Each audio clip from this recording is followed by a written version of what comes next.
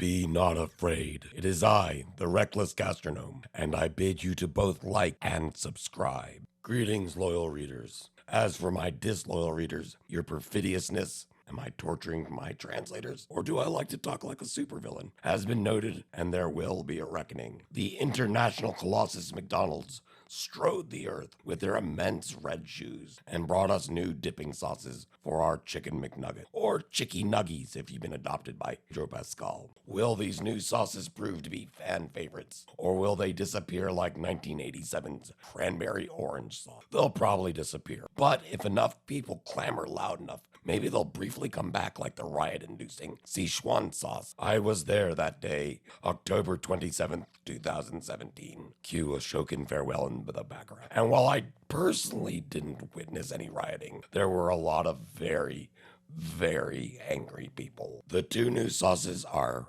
sweet and spicy jam and Mambo. Sweet and spicy is fairly self-explanatory, but Mambo sauce warrants a deeper delve. Contrary to popular belief, there are not 5 Mambo sauces, although a little bit of you makes me your man. I apologize to both Perez Prado and Lou Bega for that joke was terrible. Mambo sauce, in fact, has nothing to do with neither music nor the dance mambo. It was originally called Mambo sauce and can still be found under that name, and was invented in Chicago in the 1950s and likely transplanted to DC due to the creator's involvement in the civil rights movement. It then transitioned into popular sauce at Chinese restaurants and other takeout places. It can be found on a number of dishes, with chicken wings being the most common. Now, before the taxation without representation crowd comes to turn me into a half smoke, this was all determined by the trademark trial and appeal board. So put them into a Ben's chili bowl instead. It was this legal battle that resulted in Mambo name being adopted, as it cannot be trademarked. So, before we go much further with the review, I have 2 confessions to make. I have way more than 2, but the rest are for Anubis to weigh against the feather of Ma'at to see if I get into Valhalla. My theology's a bit rusty. First,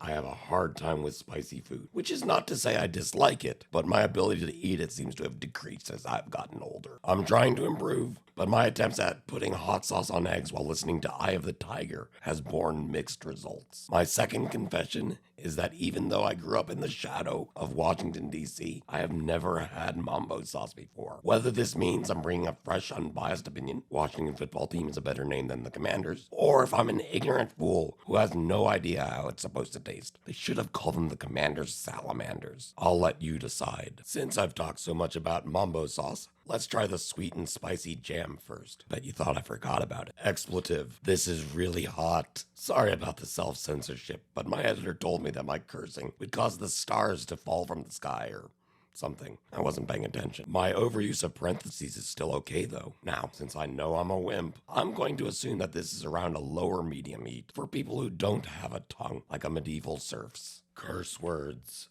It's exceptionally good too. The frequent complaint of spicy food is that it's just hot for the sake of being hot and lacks flavor. But sweet and spicy jam avoids that by embracing the Chinese concept of ma la, literally numbing spicy. This was done by adding natural Szechuan. The spelling changes depending on what style of romanization you are using. Pepper extract to red bell peppers and cayenne peppers. It has a truly complex flavor that lights up my brain like a pinball machine on uneven ground. It feels a bit strange dipping Chicken McNuggets into a dense, sticky jam, but it also pairs well with various breakfast options as well. I risked the ire of Clan McDonald by putting on a Bojangles biscuit, and it was sublime. Aspirand, exclamation mark, Octothorpe, question mark, aspirand. Read this in Cubert's voice. No, I'm not going to try to make the sounds or a Grawlix. My vocal cords are tortured enough. Mambo sauce is even hotter. Maybe not as hot as one of those hardware store hot sauces that has a name like Beelzebub's No-No Zone, but way hotter than anything I would expect from an American fast food joint. Ancient Sumerian curse that awakens an army of deadites. Why do I keep eating this? I'm coughing continuously. My eyes are watering, my nose is dripping. My wife is laughing at me. Am I that dedicated to my work? Nah, that doesn't sound like me. I'm a Gen X slacker. I'm torturing myself because I really like it. The ketchup, soy sauce, garlic, cayenne, and chili peppers while not as complex as the sweet and spicy gem, delivers an even more potent kick to my taste buds. I will definitely be grabbing some Mambo sauce next time I head to the grocery, but maybe I'll see if there's a mild version available. In conclusion, I heartily recommend both sauces. If your constitution is haler than mine, you should be fine. But if you are weak like me, or fail your saving throw, be prepared. So far, I've drank 2 lemonades, 3 sodas, and a pint of milk tea while writing this review, found at McDonald's. But I shouldn't need to tell you that.